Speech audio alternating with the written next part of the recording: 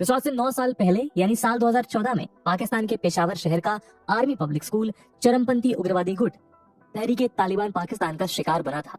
132 हंसते खेलते बच्चे और करीब 20 स्कूल टीचर्स और स्टाफ इन आतंकवादियों के हाथों मारे गए। दरअसल 9/11 के बाद वॉर ऑन टेररिज्म के नाम पर पाकिस्तान ने अमेरिका का साथ दिया, जिसके अपोज में साल 2007 में पाकिस्तानी मिलिटेंट्स द्वारा टीटीपी फॉर्म किया गया। इसके मेंबर्स कई आउटलॉड ग्रुप्स का हिस्सा थे, जिन्होंने साथ मिलकर अफगान तालिबान को पाकिस्तान, यूएस और नेटो फोर्सेस के खिलाफ असिस्ट करने का डिसीजन लिया।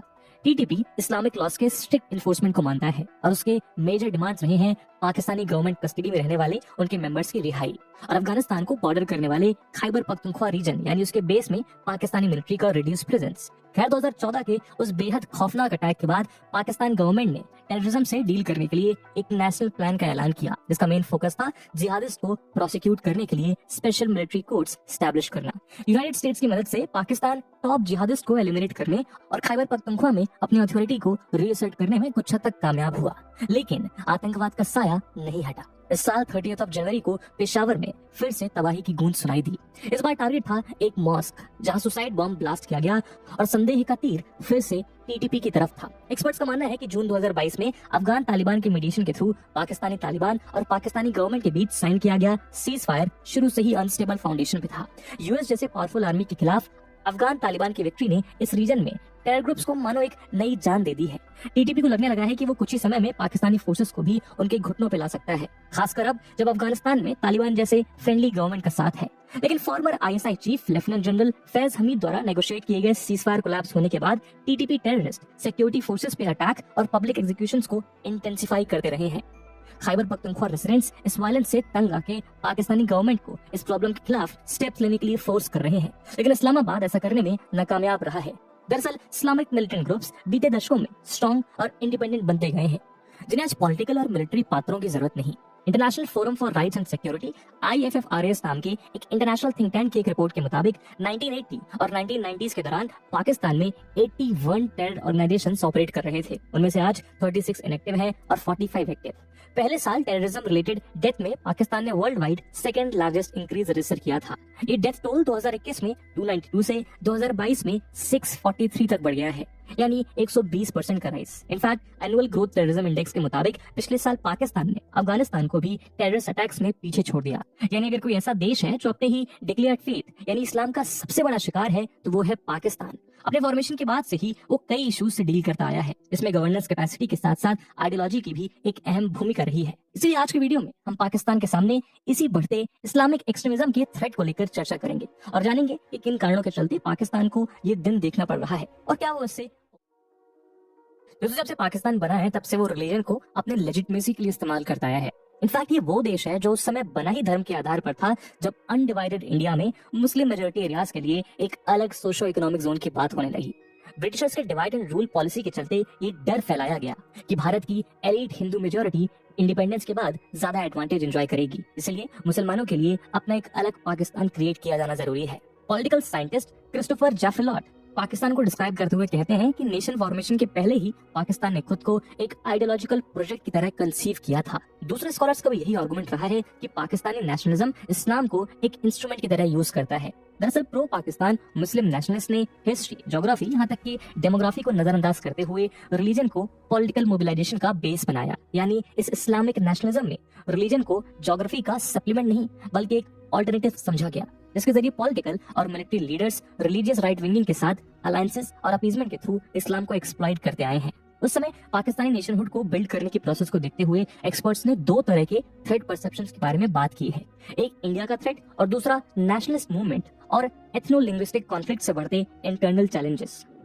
इन दोनों ही थ्रेट से डील करने के लिए पाकिस्तान ने इस्लामिक रिलीजियस कैरेक्टर को यूटिलाइज करने का फैसला किया, जहां एक कल्चरली डाइवर्स ज्योग्राफिकल एरिया को मुस्लिम आइडेंटिटी के बेसिस पर फोर्सफुली होमोजेनाइज किया जाने लगा। हालांकि पाकिस्तान में खुद इस्लाम शिया सुन्नी के नाम पर डिवाइडेड था, जहां पाकिस्तान में 4 डोमिनेंट मुस्लिम सेक्ट्स हैं, जिनमें से 3 यानी बरेलवी, देवबंदी और अहले हदीस सुन्नी इस्लाम का हिस्सा हैं और चौथा अहले ताशी शिया माइनॉरिटी है। लेकिन बात जब हिंदू मेजोरिटी वाले भारत के खिलाफ खड़े होने की हो, तब इन डिफरेंसेस को हटाकर पाकिस्तानी एस्टेब्लिशमेंट इस्लाम का एक डिस्टॉर्टेड और सिंपलर वर्जन प्रोजेक्ट करता आया है। असल में पाकिस्तान का रिलीजियस एक्सट्रीमिज्म लेट 1970s के दौरान 2 मेन एलिमेंट्स के कॉम्बिनेशन से उभरा था।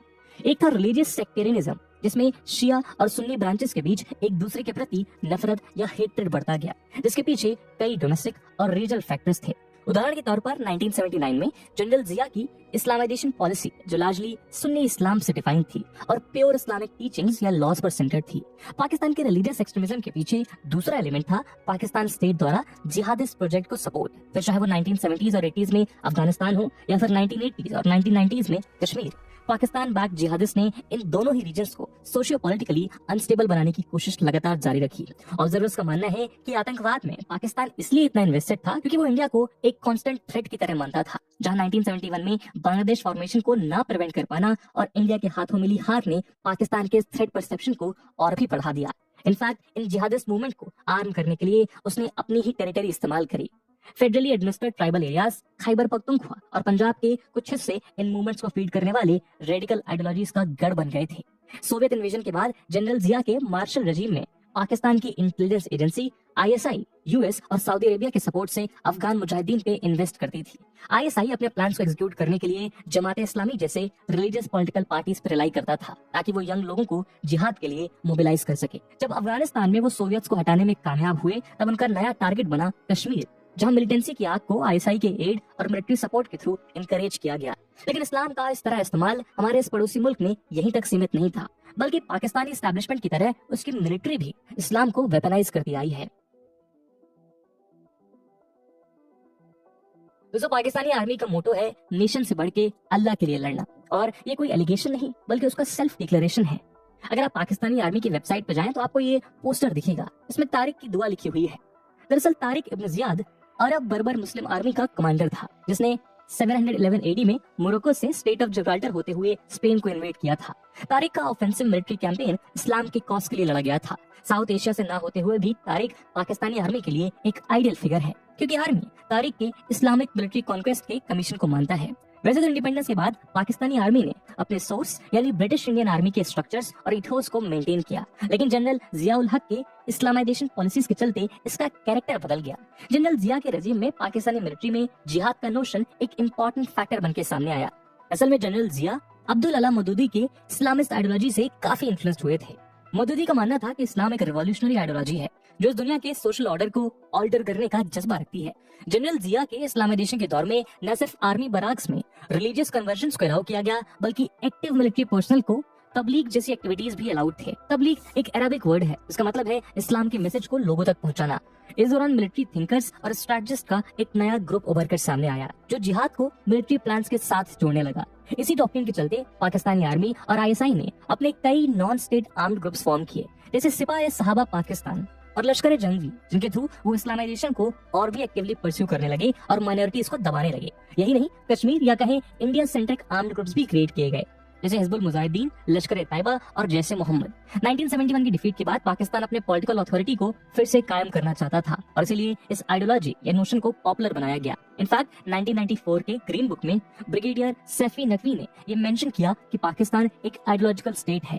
ग्रीन बुक पाकिस्तानी आर्मी के सर्विंग ऑफिसर्स द्वारा लिखा गया एक एनुअल ऐसे कलेक्शन है। इस कलेक्शन के लिए लिखे गए अपने ऐसे में ब्रिगेडियर नकवी ने ये आर्ग्यू किया कि पाकिस्तानी आर्मी सिर्फ टेरिटोरियल बाउंड्रीज के डिफेंस के लिए ही नहीं, बल्कि आइडियोलॉजिकल फ्रंटियर्स को गार्ड करने के लिए भी रिस्पॉन्सिबल है।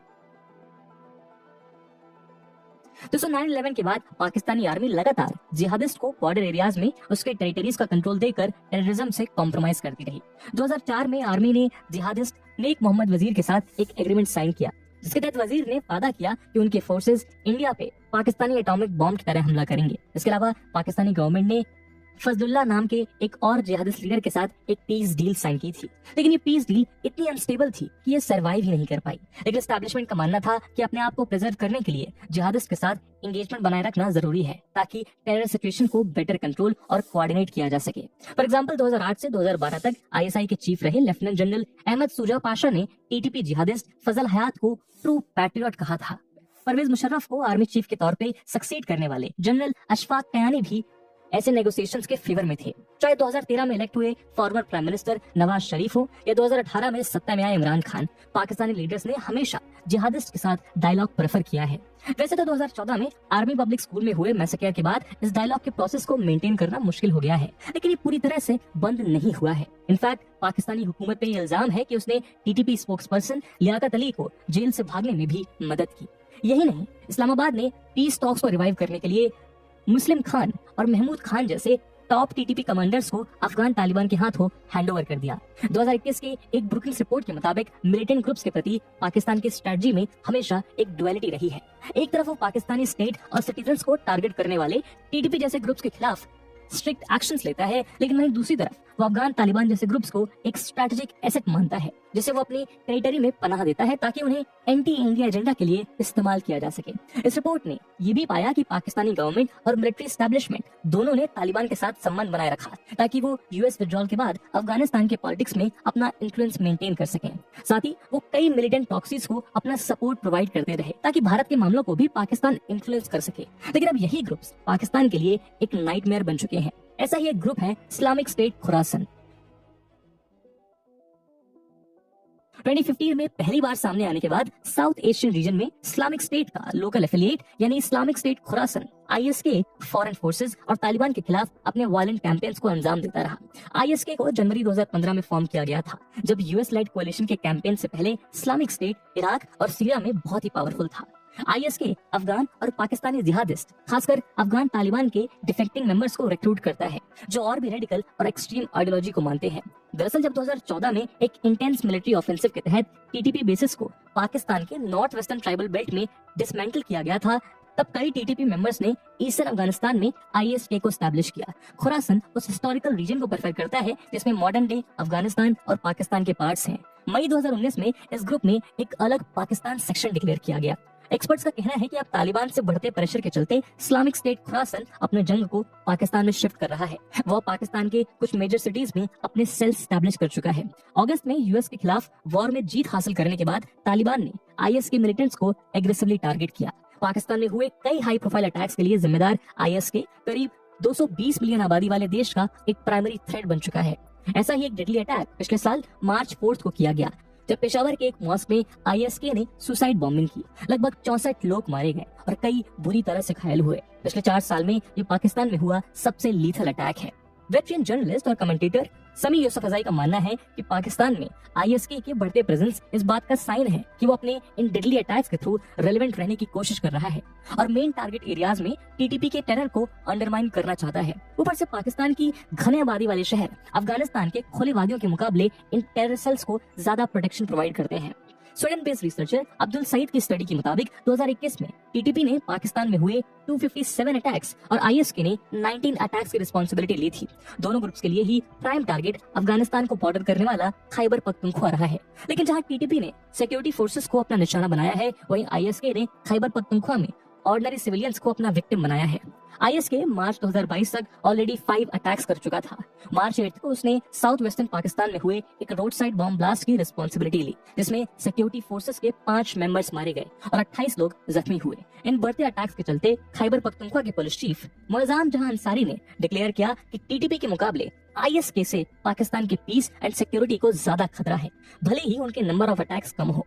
Pakistan institute for piece studies के डायरेक्टर मोहम्मद आमिर राना का मानना है कि क्योंकि आईएसके टीटीपी की तरह मैन पावर पोजेस नहीं करता, इसलिए उसके अटैक्स में कंटिन्यूटी नहीं देखी जाती। पाकिस्तानी जर्नलिस्ट और टीवी प्रेजेंटर हामिद मीर का कहना है कि आईएसके का बढ़ता थ्रेट इस बात की गवाही देता है कि टेरर को खत्म करने के हाई क्लेम्स के बावजूद इस्लामाबाद टेररिस्ट को टैकल नहीं कर पा रहा है। दोस्तों, प्रॉब्लम ये है कि पाकिस्तान का इस्लामिक मॉडल नाकामयाब रहा है और इस वक्त इकोनॉमिकली भी हालात इतने बुरे हैं कि उसे ऑलमोस्ट एक फेल स्टेट कहा जा सकता है। ऊपर से पाकिस्तान अब खुद अपने द्वारा बिछाए गए टेरर के जाल में उलझा हुआ पाया गया है। तालिबान लीडरशिप रिपीटेडली ये श्योर करती आई है कि अफगानिस्तान में बसे टेरर आउटफिट्स को पाकिस्तान में ऑपरेट करने से रोका जाएगा, लेकिन ये फॉल्स एश्योरेंस साबित हुए। टीटीपी तालिबान से क्लोजली जुड़ा हुआ है और तालिबान के कई लीडर्स पाकिस्तान को अफगानिस्तान की तरह एक इस्लामिक स्टेट देखना चाहते हैं।